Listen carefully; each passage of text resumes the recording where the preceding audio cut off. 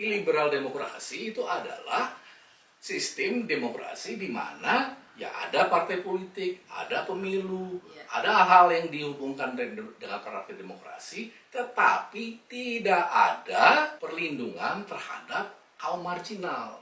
Tidak ada perlindungan terhadap hak-hak asasi manusia. Kalau di Australia kan urusan climate change itu menjadi isu yang penting dalam pemilu kemarin gitu.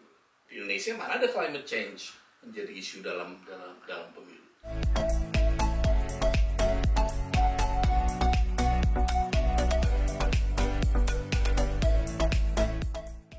Prof, jadi sebetulnya untuk bisa disebut sebagai oligarki, kan tadi itu kan orang agak masih bingung nih sebetulnya apa sih yang disebut dengan oligarki. Jadi untuk bisa disebut sebagai oligarki, apa harus mempunyai mempunyai titik berat, ini oligarki politik, ekonomi, atau bisa merupakan dominasi dari gabungan ekonomi politik. Nah ini sebetulnya gimana?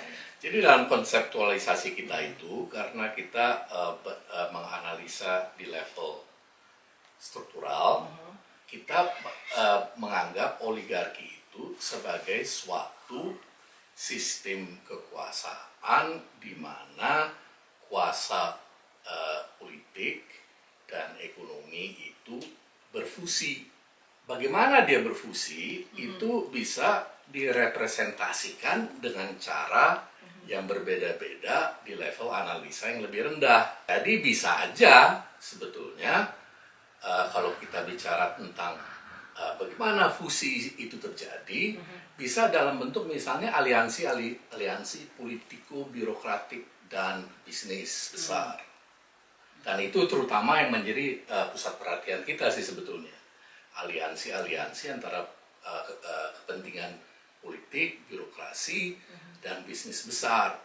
Nah, di dalam aliansi itu tentu ada elemen-elemen gitu kan. Nah, ada tentunya yang elemen politiknya, ada elemen birokrasinya, ada elemen bisnisnya, ada juga yang merepresentasi semua itu.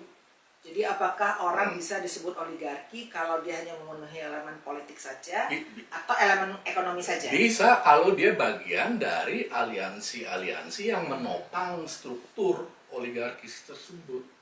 Walaupun dia tidak punya dominasi ekonomi umpamanya gitu? Bisa, ya karena dia itu menjadi bagian dari suatu aliansi sosial gitu ya, yang memungkinkan logika oligarki itu untuk tetap berjalan.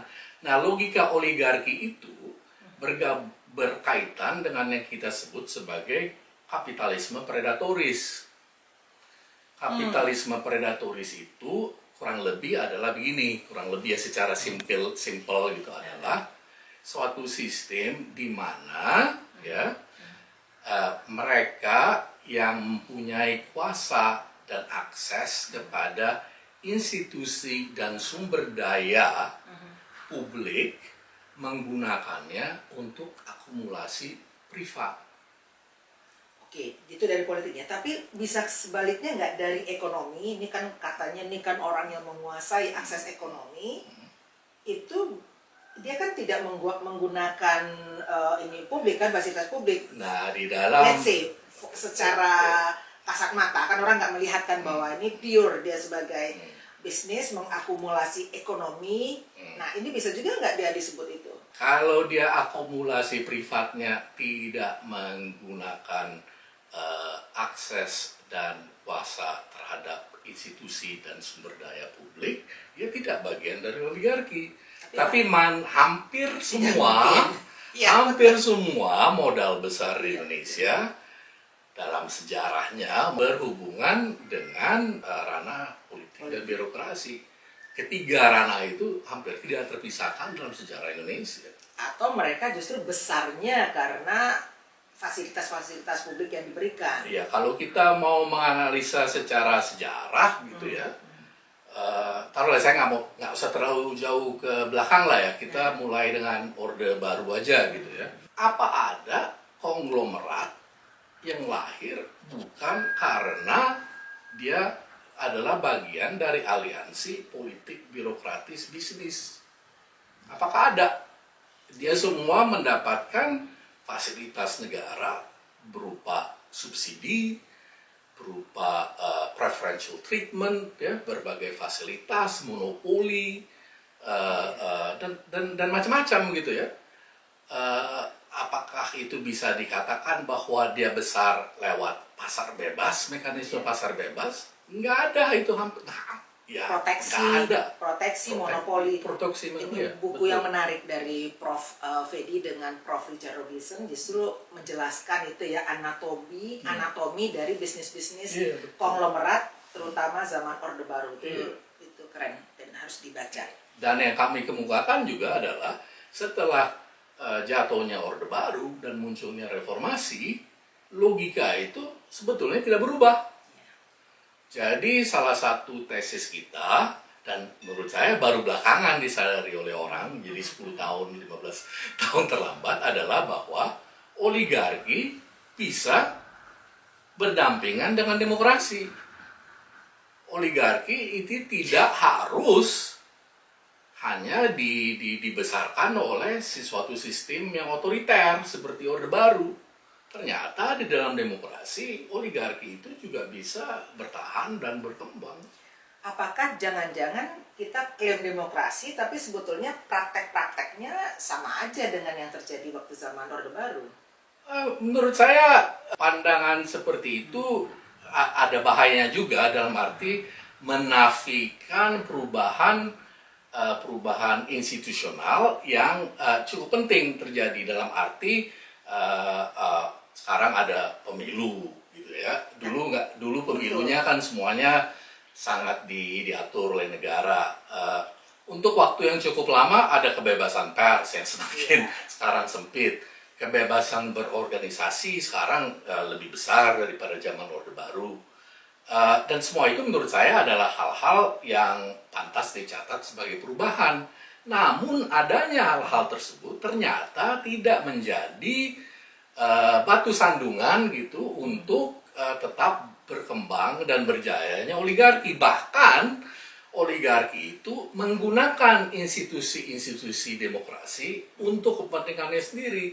Jadi kalau dulu oligarkinya itu misalnya berkembang lewat hubungan-hubungan di balik layar dengan dengan elemen-elemen dari misalnya kita bilang seknek gitu ya. Sekarang ya hubungan dengan partai politik. Iya, betul. Tapi Prof. Fedi, tadi kan sebetulnya kalau kita mengatakan bahwa memang ada indikator demokrasi tentang pemilu, kan memang itulah yang selalu dijadikan indikator oleh orang gitu lah ya. Pemilu kita adalah the biggest democratic election, nah, kan itu kan selalu yang dikatakan orang.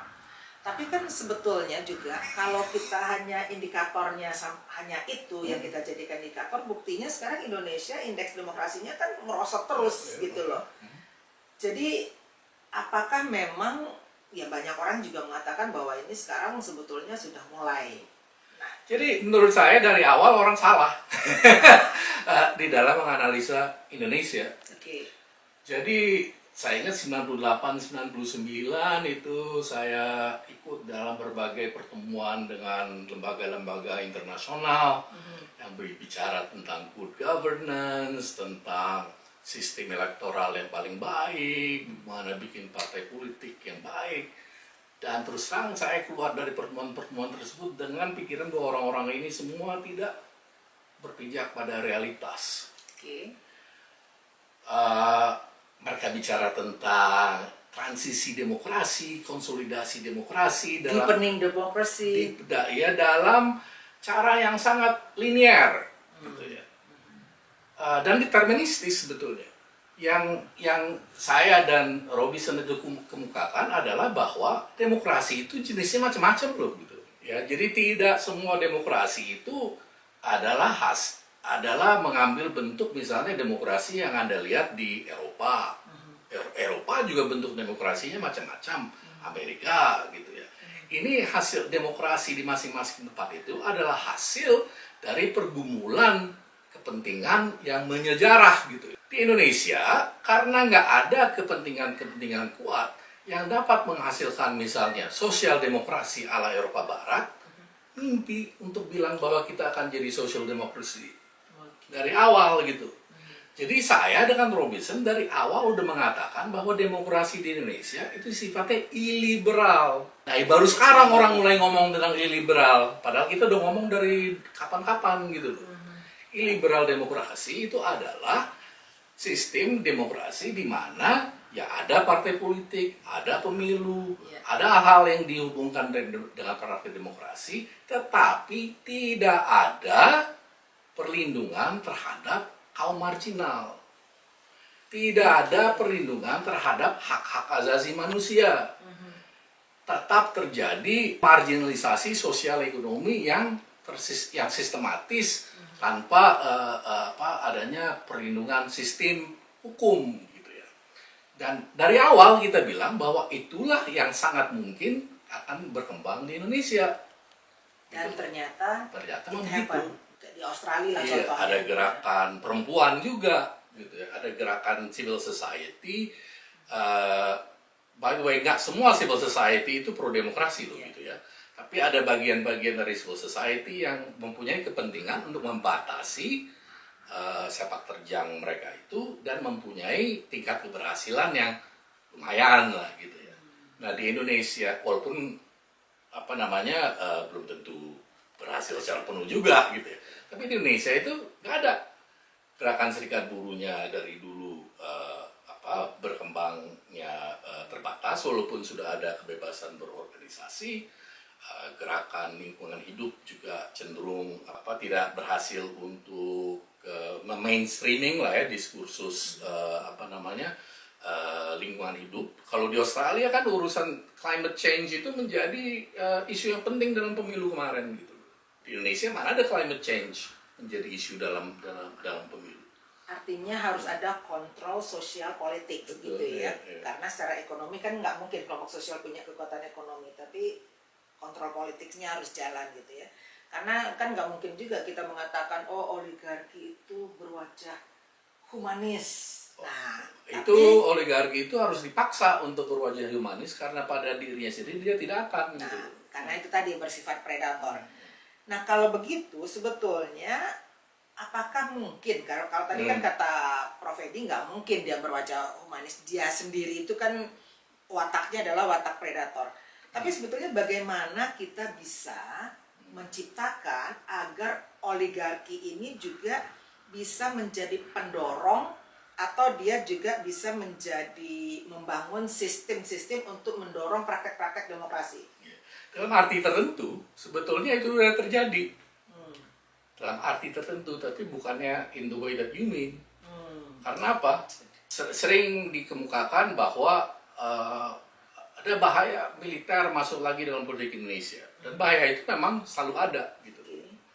Tapi ada satu hal yang agak menyulitkan militer untuk mendominasi politik Indonesia lagi. Yaitu politisi-politisi dan birokrasi sipil sudah keenakan. Dia berkepentingan untuk mempertahankan sistem demokrasi di Indonesia seperti sekarang ini.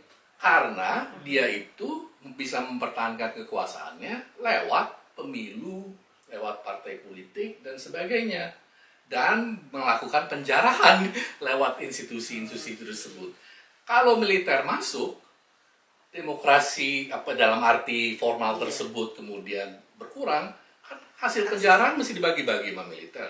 Jadi tapi sebetulnya kan kontrol terhadap militer juga sudah dilakukan sedemikian rupa. Apakah seperti yang Anda maksudkan alasannya? Sebetulnya kan betul. akses nggak begitu kuat. Yeah, that is one of the reason gitu loh.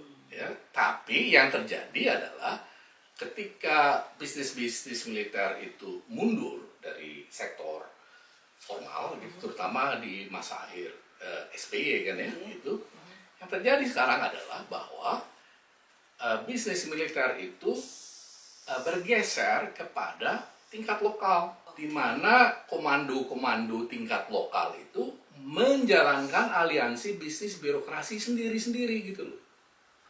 Disitulah terjadi penjarahan hutan dan lain sebagainya itu. Yang masih terjadi sampai iya, sekarang. Karena perlu securitization dari rezim penjarahan seperti itu.